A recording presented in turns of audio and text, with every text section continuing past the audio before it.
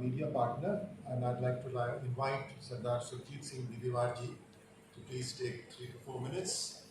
आप अपने भी विचार हमारे साथ साझा करें, क्योंकि हम लोग आपके ही कोलैबोरेशन में ही हमने ये आज का कॉन्फ्रेंस किया है, आपके सहयोग से।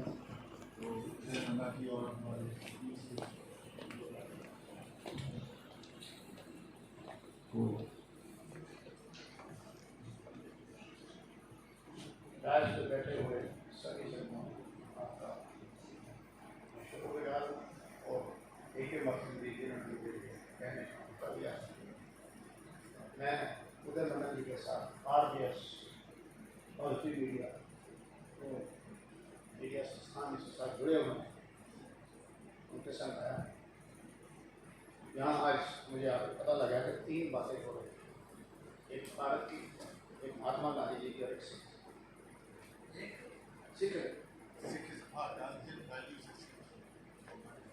तो गांधी जी राष्ट्रपिता कैसे बने, गांधी जी के ऊपर ये सेहरा कैसे लगा कि विदेश से आए हुए जो राज कर रहे थे, एक ही शख्स के कहने पे लोग चल दिए और पीछे, उनकी बुनियाद क्या थी उसे हम बहुत आराम से कह देते हैं भारत माता की जय।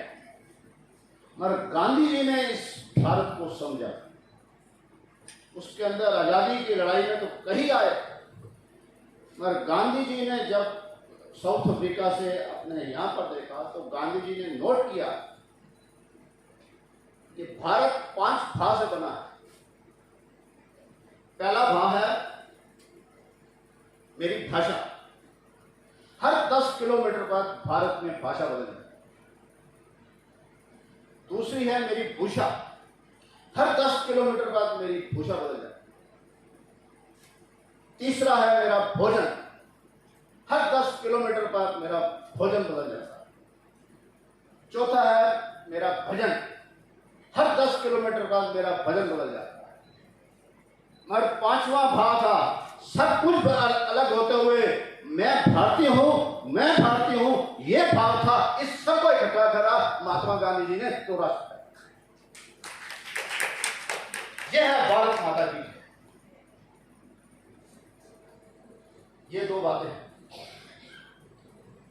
सनातन मत से शुरू से ओम शब्द पुरातन है, और हम इस बात को यकीन भी करते हैं कि सबसे पहला शब्द अगर मानव में आया है तो ओम है।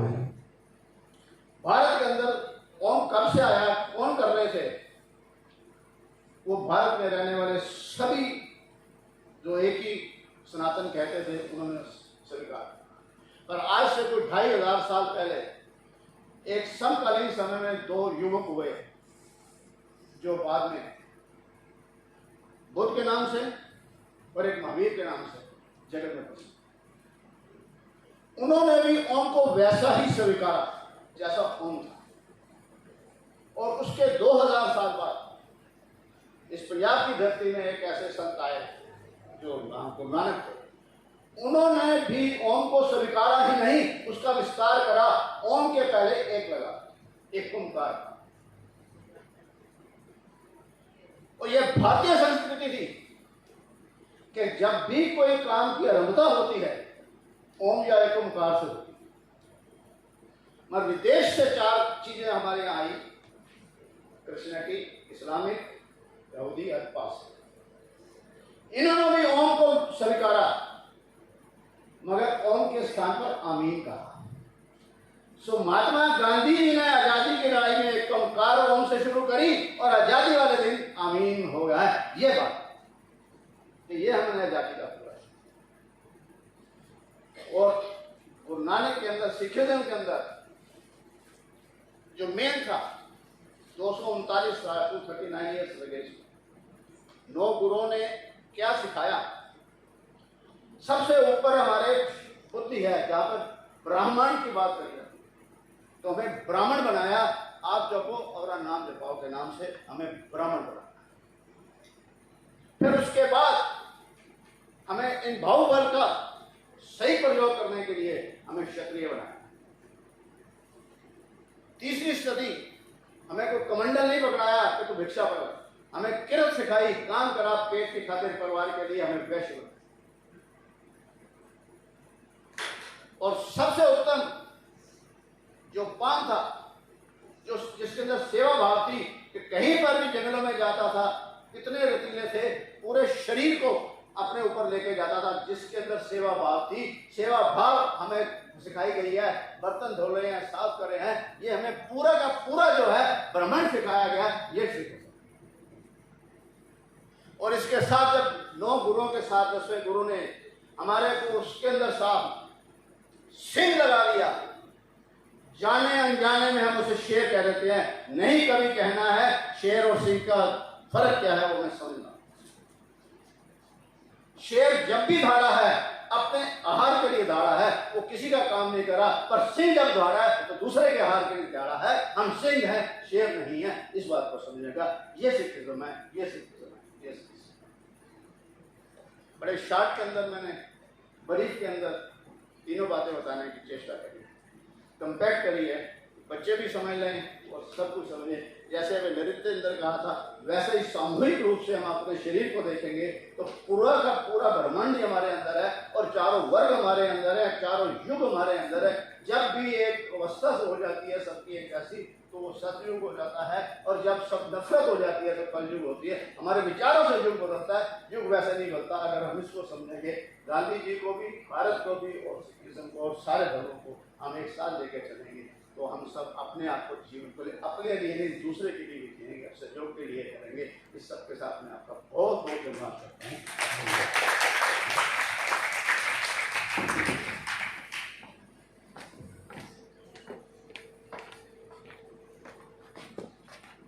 सुजीत सिंह गिरिवार साहब, बहुत बहुत धन्यवाद।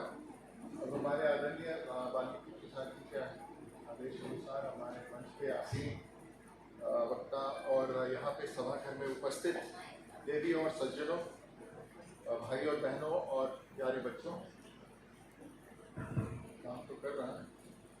तो मैं ये के मर्चेंट वैसे टेम्पल ऑफ अंडरस्टैंडिंग की सेवा भी मैं कर रहा हूँ, और साथ साथ मैं एक बहाई भी हूँ। और जहाँ तक दिल्ली में बहाइयों का सवाल है, आप सब लोग ने बहाई उपासना मंदिर देखा होगा।